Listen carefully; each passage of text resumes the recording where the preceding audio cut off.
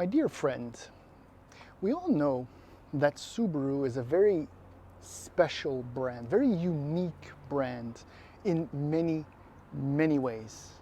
And I feel that's going to change in the future because EVs, but between now and then, and for the last, I don't know, 60 years, give or take, Subaru has demonstrated that it has a different vision when it comes to producing their vehicles. And as you may or may not know, Subaru owners are amongst the most loyal to their brand. And it's very interesting to see that the product itself only ever mildly evolves from one generation to another and with facelifts, contrary to, say, the Korean brands, which clean slate every time. And it's also interesting to note that, say, unlike other Japanese brands, if we just focus on a Japanese, say Nissan, Toyota, Honda, or even Mitsubishi, though that's not exactly a good comparison, Subaru does sales differently. Now you see, like the three, let's just focus on Honda, Toyota, and Nissan. Those three brands, their best sellers for the last X number of years have always been their largish compact SUVs, namely Rogue, CR-V, and RAV4. So you would think that a brand like Subaru, which is recognized for their robust, all-wheel drive capable vehicles, that the Forester would be their best seller. But it's not. It's not that strange, but it's very interesting, at least as far as I'm concerned. Their best seller almost always is, or has been for the last, wow, has it been 10 years since the Crosstrek arrived? I think it has.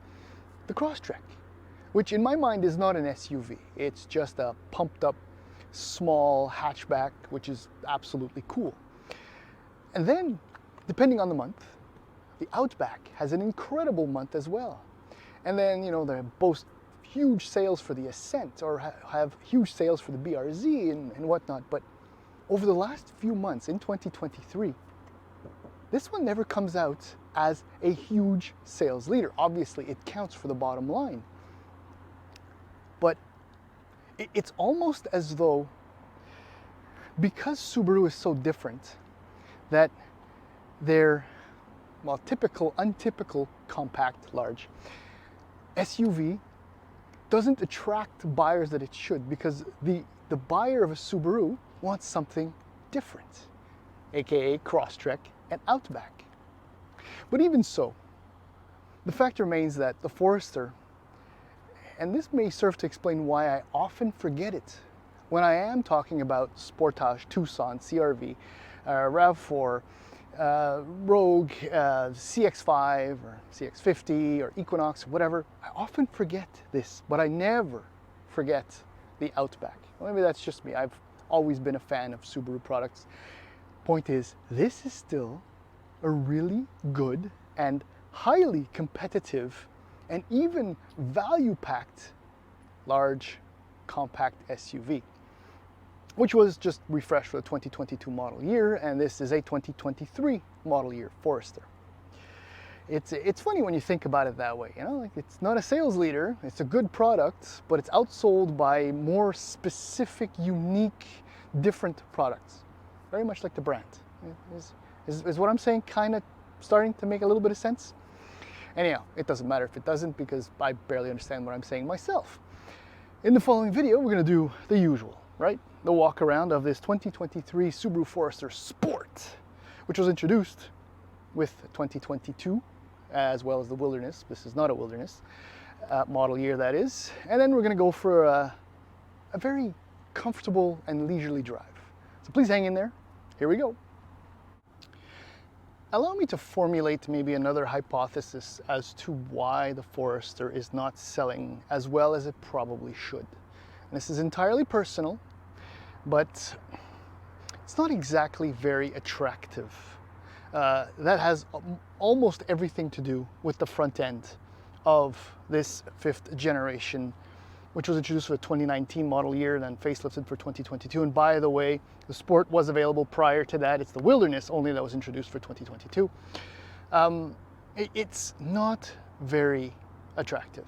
Again, very personal, but the whole front end, the headlights, it's kind of off.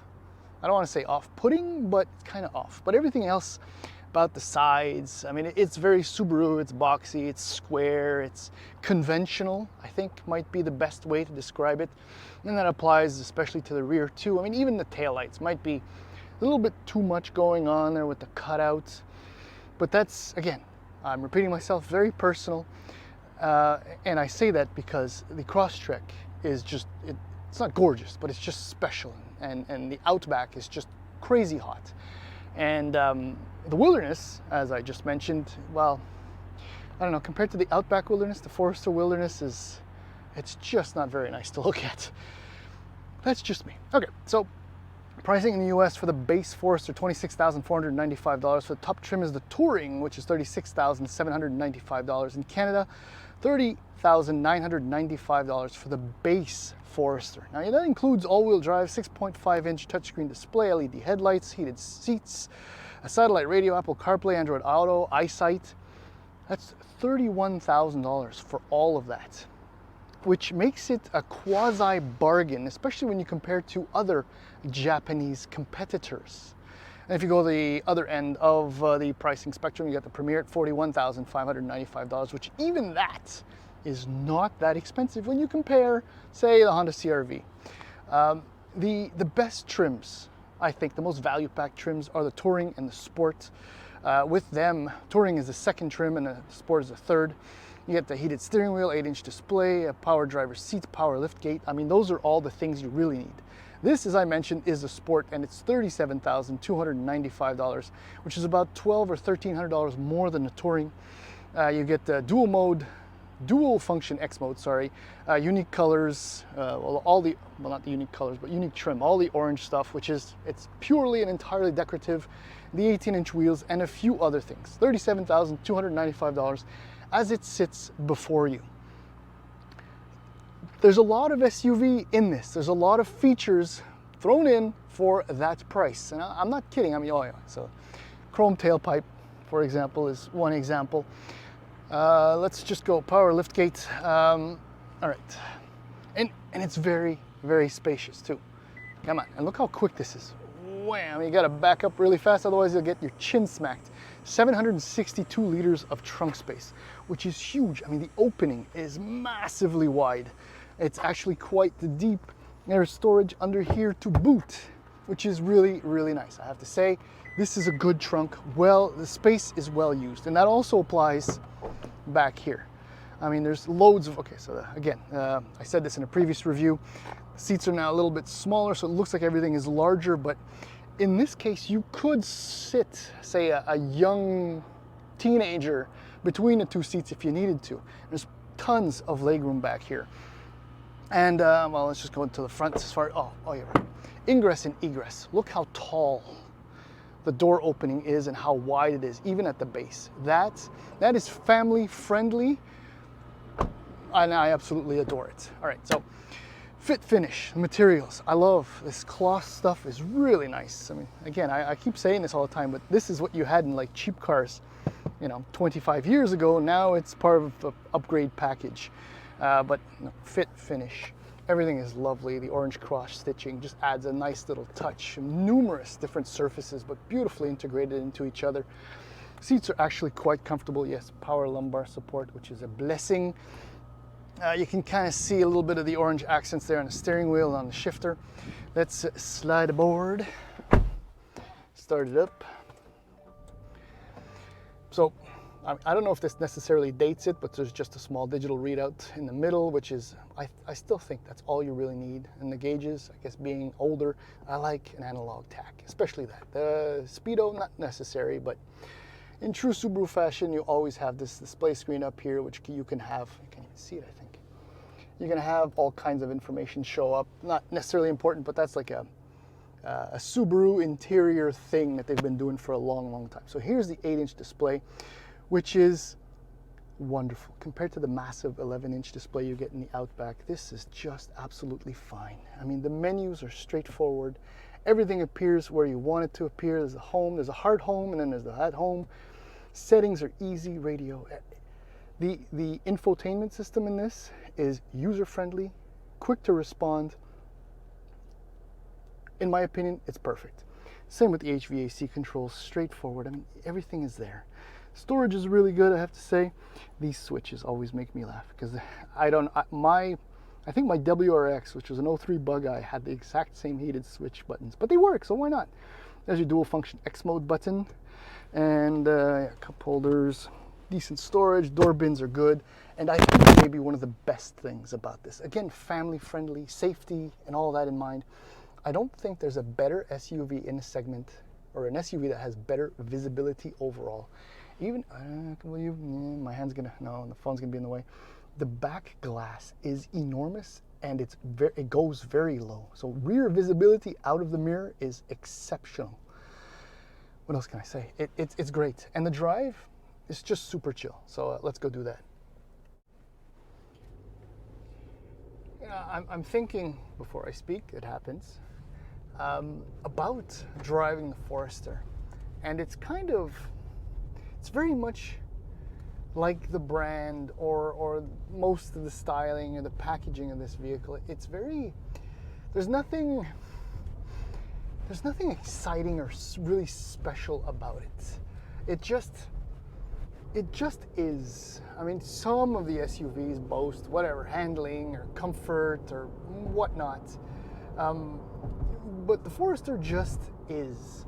And what it is, well, I don't know, it's everything you really need in a large, compact, family SUV with loads of comfort. I mean, most Subarus, not all Subarus, have great chassis setups. There's a great platform that underpins the whole thing, the global platform, which enables the suspension to be comfortable, cosseting, very chill, relaxed, with plenty of wheel travel. I mean, no, it won't outhandle anything, but I mean, between you and I mean, how often are you going to really push your Forester, or any compact SUV for that matter? The answer is never. And I think there's a certain amount of, I don't know, Subaru delivers exactly what its buyers want. And if more compact SUV buyers actually took this for a spin, they'd probably realize that this is more comfortable, say, than the CX-50. It's quieter than, I don't know, a Rogue and stuff like that. It's just a little bit nicer in so many respects. And it's true, and true to Subaru. Again, steering feels exactly like my WRX. There's a weird kind of delay, disconnect, sloppy responsiveness that is not scary. It's not off-putting. I'm off-putting, I guess. Whatever. Strange thing. But it's so familiar, and that's one of the things I think I'm going to miss when they go all EVs, that they're going to have to, that's going to disappear, sadly. Amongst other characteristics very typical to Subaru, including the horizontally opposed Boxer 4-cylinder engine, 2.5 liter, which is the only engine offered in the current generation. Forester is 182 horsepower and 176 pound-feet of torque. It's adequate in all respects. The CVT does a fine job with sending the power to all four wheels. Up until, I think, the Sport, this one, you get 7 gears, and then beyond it's 8 pre-programmed faux gears. But honestly, I mean, I used the paddles once, I think, and it's so artificial and programmed and electronic that there's no real pleasure that comes from using them. Brakes feel fine. I mean, and the other thing with the chassis, the suspension, is that you get 8.7 inches of ground clearance out of the box. I mean, that's like,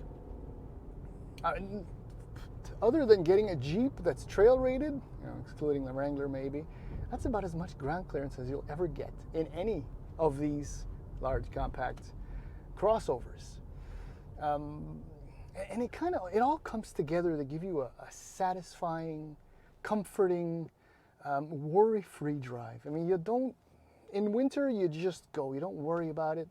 A lot of SUVs want you to think that you can do that, like a CR-V, but it's not entirely the case. But with a Forester, I don't know. I've never I've never thought twice about what I can do in a Subaru, in a Forester, an Outback, or a Crosstrek. You just know that it'll make it through. Brake pedal is great. I mean, feedback is good. The travel is reasonably long, but it's not something, it's far, far from being a deal breaker. I mean, overall, despite my penchant for the RAV4 and its multiple versions, and including the hybrid powertrains and all that,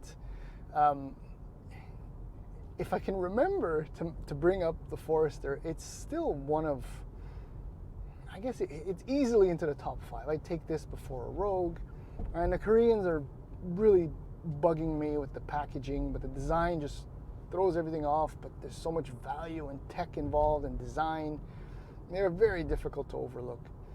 Between the RAV, I don't know, the more I'm thinking about it out loud, I don't know, maybe this is in my top 3. Still go for the RAV4, but this one merits a lot more love and attention. I mean, much more than an Escape or an Equinox or anything else from Stellantis. It's just really nice. It's uneventful. It's special-ish, unique, and that's kind of the problem, and where I would not buy a Forester, because in the showroom, if it's available, of course, there's an Outback, which for barely more money, or more or less the same money depending on the trim, you get something that's infinitely more special and definitely unique.